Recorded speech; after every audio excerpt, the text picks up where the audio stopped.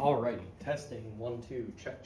All right, so here are some of the most prominent verses that I found as far as going about the psyche. So just a little backstory to my testimony. I was very much an atheist and then progressing into more of a New Age spiritualism when I first started discovering these things.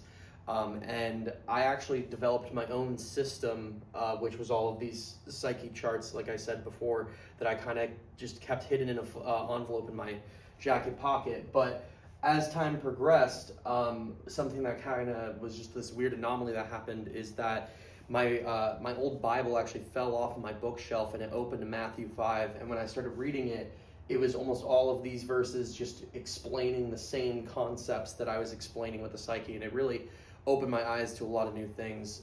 So just wanted to share some of this with you, the specificity of the words. So I do want to say this, as I've studied Christianity, they are altering the Bible. They've been altering the Bible and changing prominent verses and certain things here or there. It is very tough to trust the English translation flat out at this point. So I always try to bring into the Greek to give more clarity on that. This here are just summations, my own versions of these verses. I do encourage you to go and read these verses individually. They are very prominent verses, and just they're going to be very helpful in your life. So these are all the references that I noticed very quickly in the Matthew, Mark, Luke, John portion of the Bible, who are talking about either fruit or seeds or trees or branches, things of that nature. And they're all different words, all different things in Greek, but they all mean different things. So, right, you have seeds, but it's spermaton, and then you also have seeds, which is sporos. So like spores and then like sperm, but again, it has the same kind of thing. Spores are a different kind of energy because they kind of spread and like land, where spermaton is more of an aggressive direction, intention, if you will. So each of these have different meanings and different things. Definitely recommend looking into the Greek with all of these.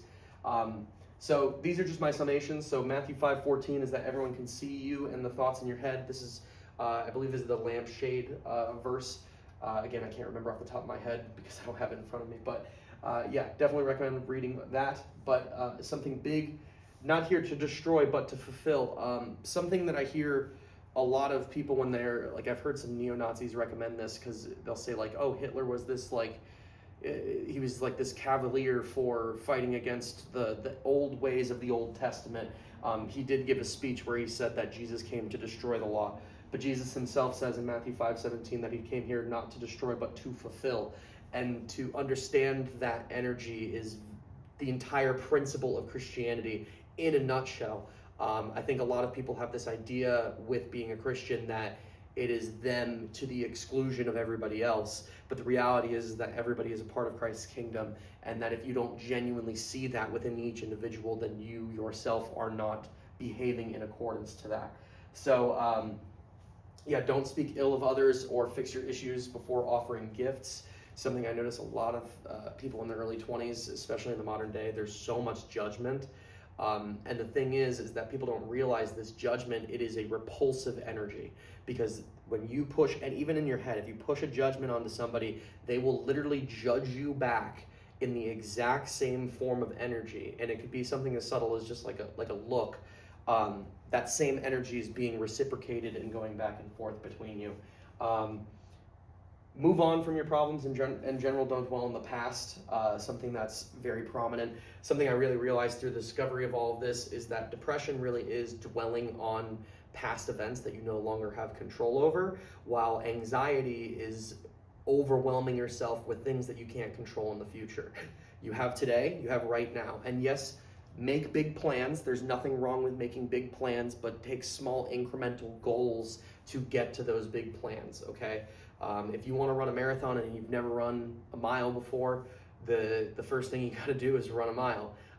You start there and you build up from there, because you'll learn through the process how to increase each time. That's why they do things like Couch to 5K. You don't just start running and never stop. So ultimately, that is what you do, but you want to make sure that your body is prepared for it. I ran a marathon a few years ago, and I overstretched myself because I was able to do a half, but I pushed the time between the half and the full, and I ended up injuring my knee because I rushed to that point. I was trying to get to that point, and it took me out of commission for a bit, and caused other problems. So don't do that.